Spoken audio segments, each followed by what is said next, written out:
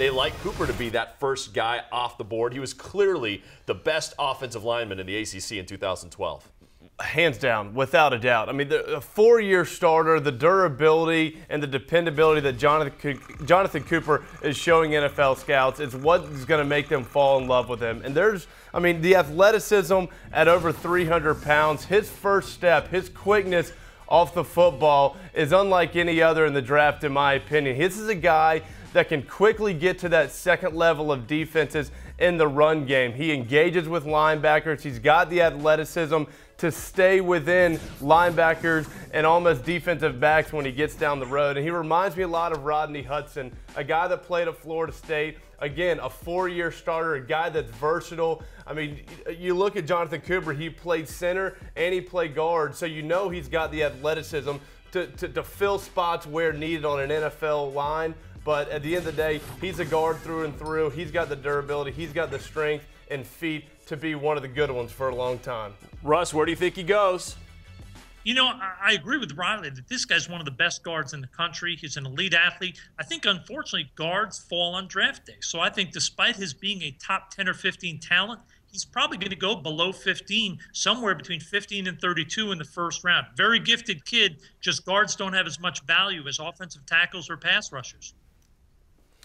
Now, the ACC doesn't get credit always for having great linemen, but look where we've started the show. 2 defensive end, an offensive guard, and then there's Cooper's teammate, Riley, another 300-pounder, Sylvester Williams. He was great. I mean, again, a big year for the big uglies. I mean, Sylvester Williams, a guy at North Carolina, that he came in and he took advantage of an opportunity. I mean, Sylvester Williams, he had an interesting road to college. He quit football after high school, then went to a junior college and transferred. But when he got North Carolina, he showed what kind of, the strength he has in the lower body. He's a wide body that can fill gaps and be a tremendous run stopper and wreak havoc in the backfield against offensive linemen. He's got a very surprisingly quick step off the ball. I think he reads the snap count well, but he's got really good hands is what I like. He's got a great swim move, fast, quick hands to create space between those offensive linemen, and he reminds me a lot of Jaguars defensive tackle Terrence Knighton. Terrence Knighton was he wasn't very highly recruited. He went to Temple, then made his way to the league,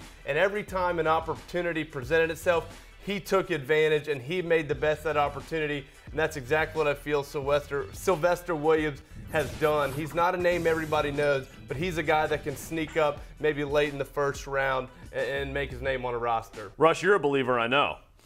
Oh, there's no question. I mean, I keep talking to teams, and a number of teams have him the #1 interior defensive lineman in the draft. He's right there with Starlu Talele, with Sharif Floyd on most teams' board as a premier prospect, because there are very few guys that are 310, 320 pounds who can dominate blockers at the point of attack, but also have the explosiveness off the ball to get backfield penetration and the speed to chase down the ball in pursuit. I think this guy is a top 10 or 12 pick with potential to be in that top 5 or 6 if a team likes him over star. This guy's a special football player.